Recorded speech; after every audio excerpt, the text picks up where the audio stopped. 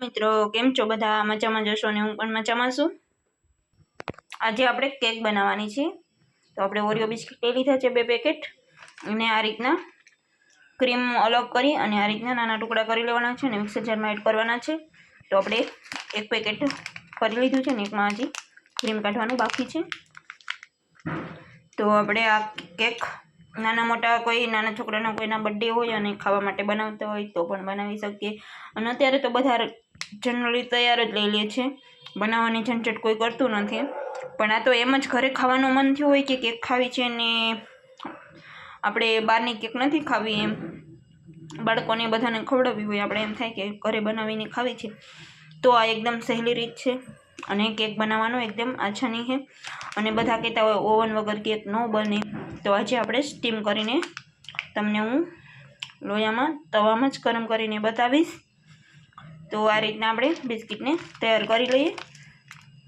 તમે Oreo biscuit કે મેરી મેરી biscuit કે તમે કોઈ પણ બિસ્કિટમાંથી કેક બનાવી હોય, કોઈ પણ બ્રાન્ડના બિસ્કિટમાંથી તમે બનાવી શકો છો, પણ મને વધારે આ પસંદ છે એટલે મેં આ લીધા છે।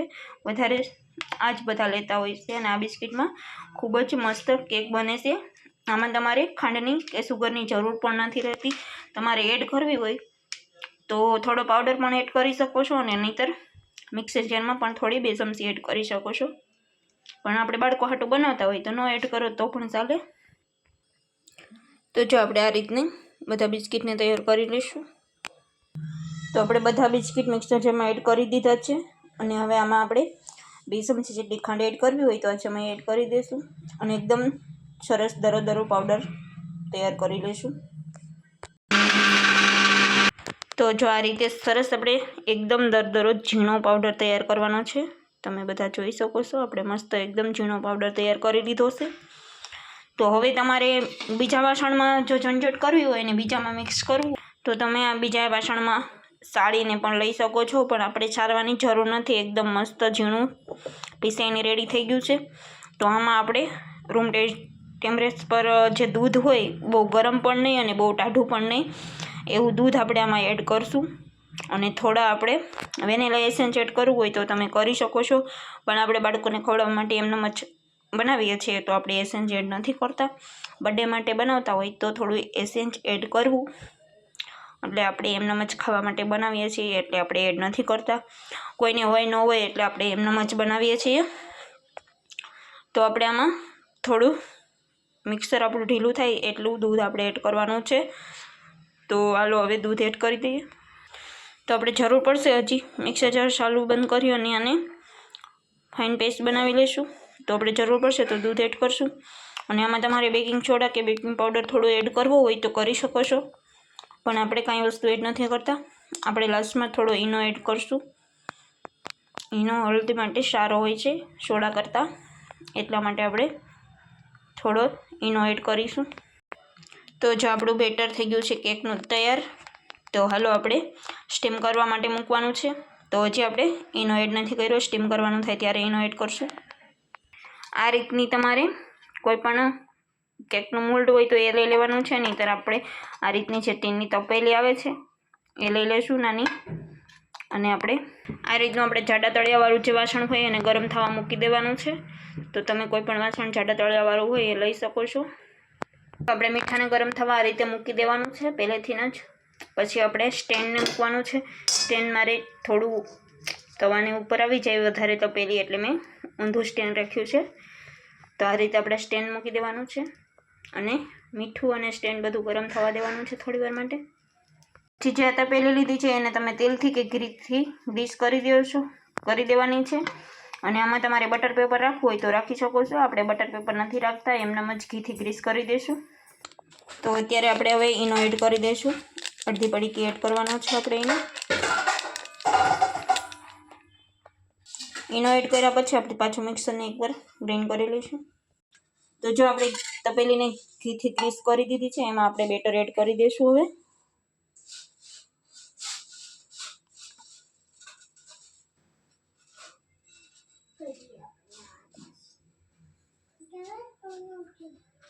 બધું બેટર એડ કરી દેવાનું છે આપણે અને એકવાર તપેલીને આ રીતે સ્ટેપ કરી દેવાની છે।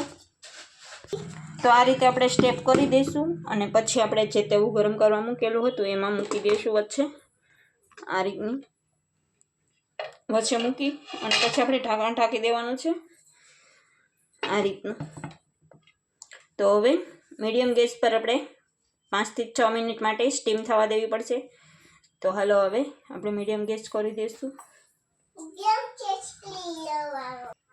તો આપણી કેકને 5 મિનિટ જેવો સમય થઈ ગયો છે અને સરસ આપણી કેક ઉપર આવી ગઈ છે. તો હજી આપણે 2-3 મિનિટ માટે રહેવા દઈશું, થોડી વધારે અંદરથી કાચી ન રહે એટલા માટે આપણે 2-3 મિનિટ હજી રહેવા દઈશું. ગેસની આંચ ધીમી જ છે પણ તો પણ આપણે સરસ મજાની કેક થઈ ગઈ છે તૈયાર. તો તમે બધા જોઈ શકો છો આપણી મસ્ત મજાની કેક ઉપર આવી ગઈ છે, એકદમ ફૂલલ થઈ ગઈ છે કેક તૈયાર. તો આપણે કેકને એકવાર ખોલીને જોઈ લઈએ પાકી ગઈ છે કે નહીં.